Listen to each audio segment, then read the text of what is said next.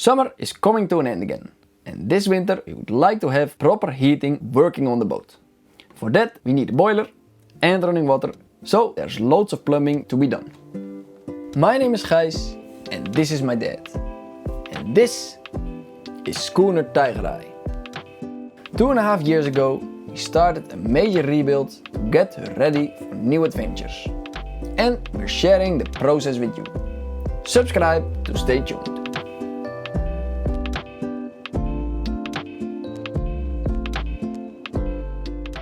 The ship will have a central heating system, powered by a mix of solar, engine heat and a diesel burner, with underfloor or in-wall heating in all living areas. In the wheelhouse and the saloon, the tubes are already installed. It's now time for the central part of the central heating system, the boiler. We have to make some space for the new boiler by removing the old leaking hydrophore tank and pump.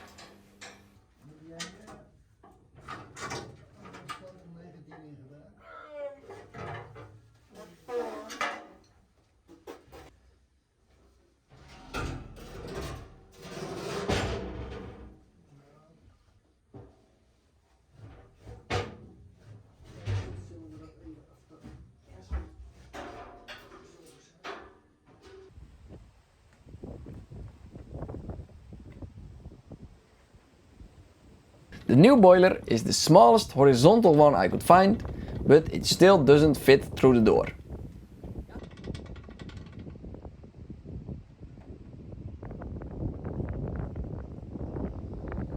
We can get it in through the aft cabin escape hatch.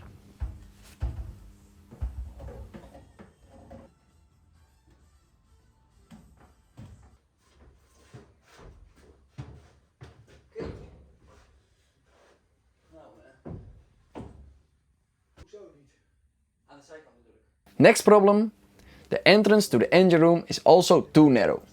But that is nothing a reciprocating saw can't fix.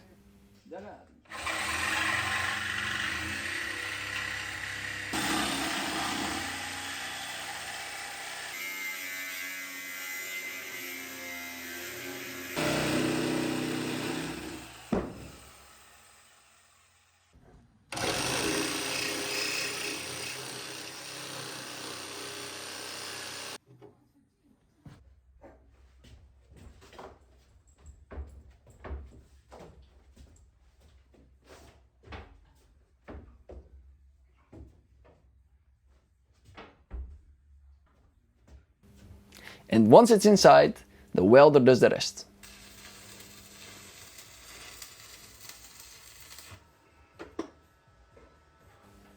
We do need a new foundation for the boiler, as it doesn't line up with the one from the old hydrophore tank.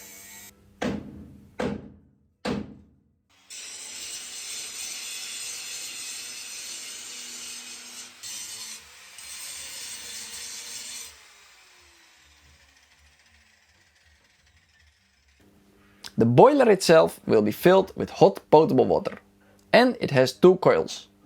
One for heating it up with engine coolant and the other one for transferring heat to the heated floors. That way we only need one boiler for the whole ship.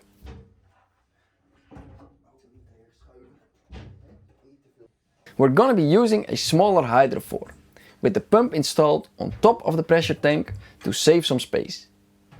Dad got this one a while ago, second-hand from another boat. For a bit of redundancy, we're installing a small 24 volts fresh water pump, so that if the hydrophore breaks down, or we don't have AC for some reason, we still have battery-powered running water. With the installation of the bulkhead in the middle of the ship, the suction line from the water bunker tanks got interrupted. So it has to be reinstalled via a different route, and that takes some modification.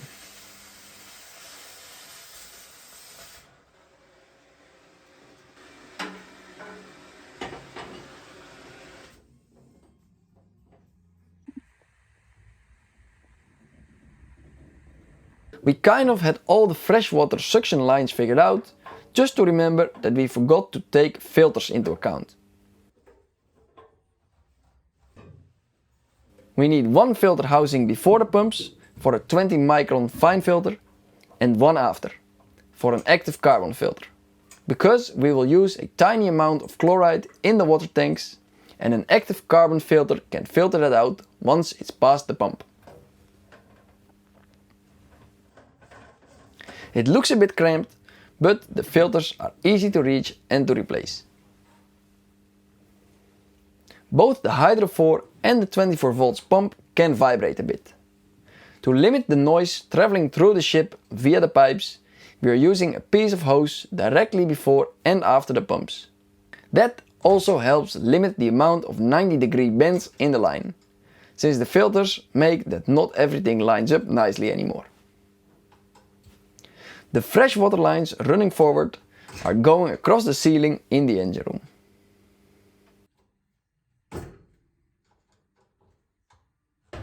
It does happen, mostly in summertime, that the solar panels deliver an abundance of energy. We can use that to heat up the boiler with an electric heating coil.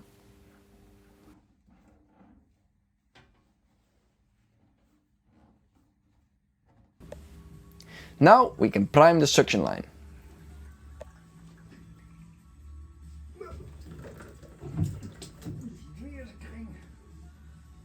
And we can prime the suction filter and install it.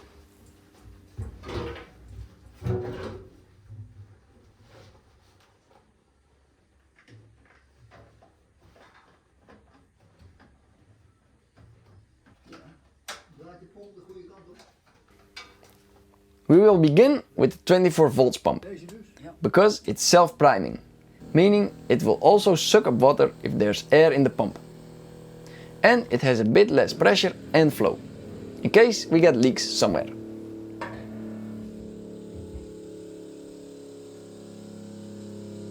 And now it's a matter of deaerating by opening the highest faucet in the wheelhouse pantry.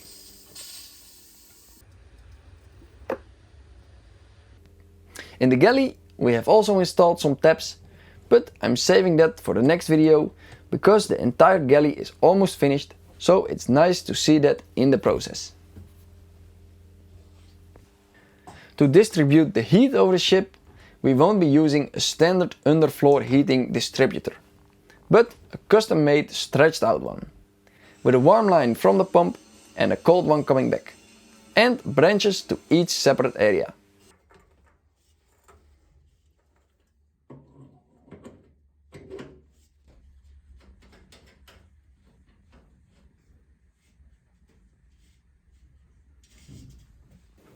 To regulate the flow to each separate loop, we're using thermostatic flow limiters on each branch. These can be controlled remotely via Bluetooth.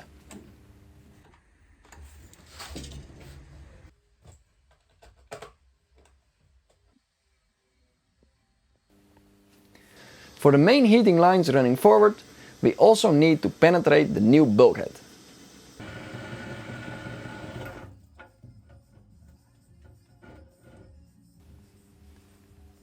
I am installing isolation valves in both lines so that we can use the heating before we start working in the cabin area forward of the engine room. Just before the bulkhead penetration is the branch to the floor of the wheelhouse, with the tubes coming down from the cable duct. With all that installed, it can be connected to the central pump.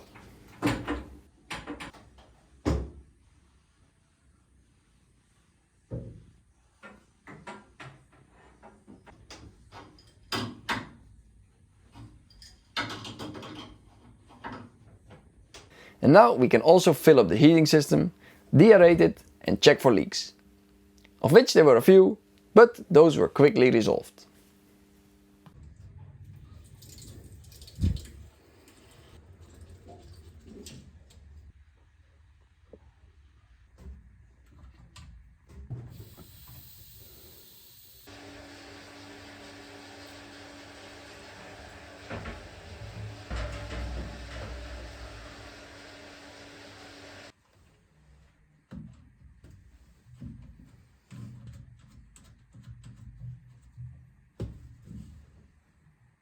The water in the boiler is not heating up yet, we still have to install the piping to connect the boiler to the engine coolant system and to the separate diesel heater.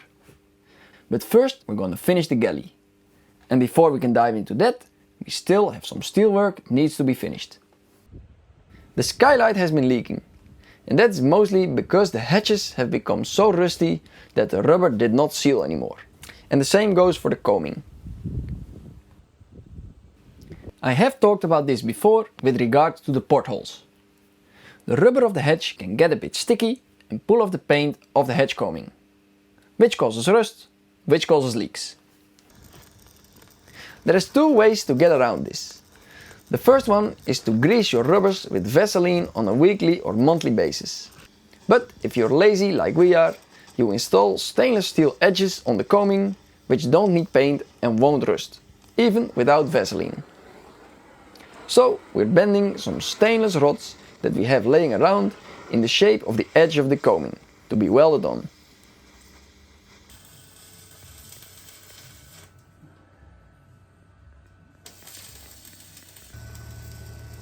That is half the problem solved. The other half is the hatches.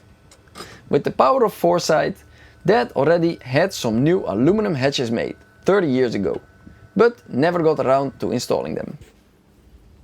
After transferring the windows from the old ones, we can see if we can make them fit.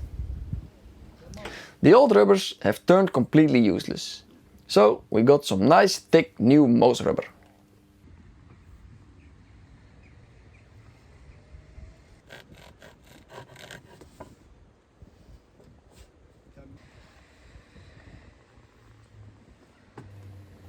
The hinges of course do not fit exactly, but that is easily fixed.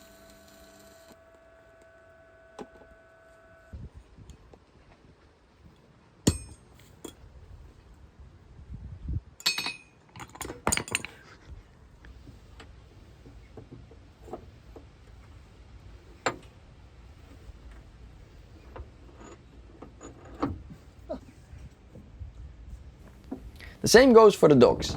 They just need a little modification.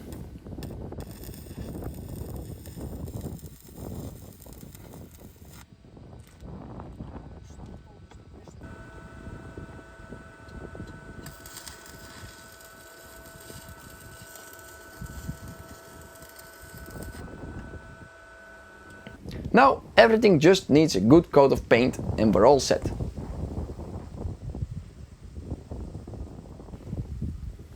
To be able to open the hatches and already laying on the shelf with the new hatches for 30 years, we have some very neat extending screw jacks.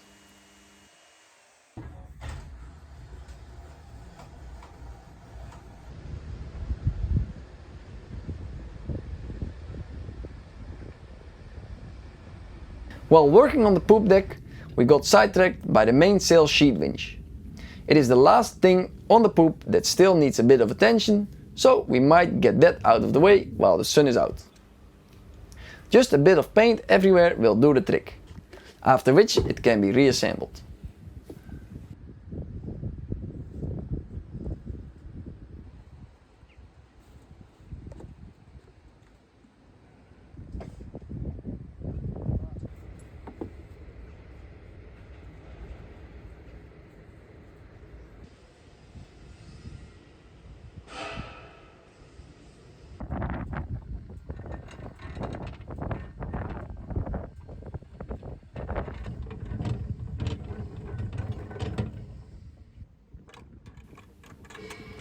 The only thing remaining now is a seat on top of it. We would like to have as much winches as possible double as seats.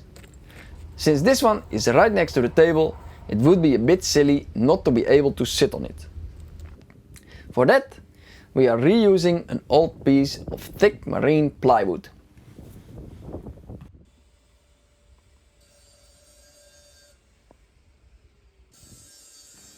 Now we can start working on the galley, but that's for the next video. And this is all for now. If you have any questions or remarks, please let us know in the comments. Thank you for watching and I'll see you next time.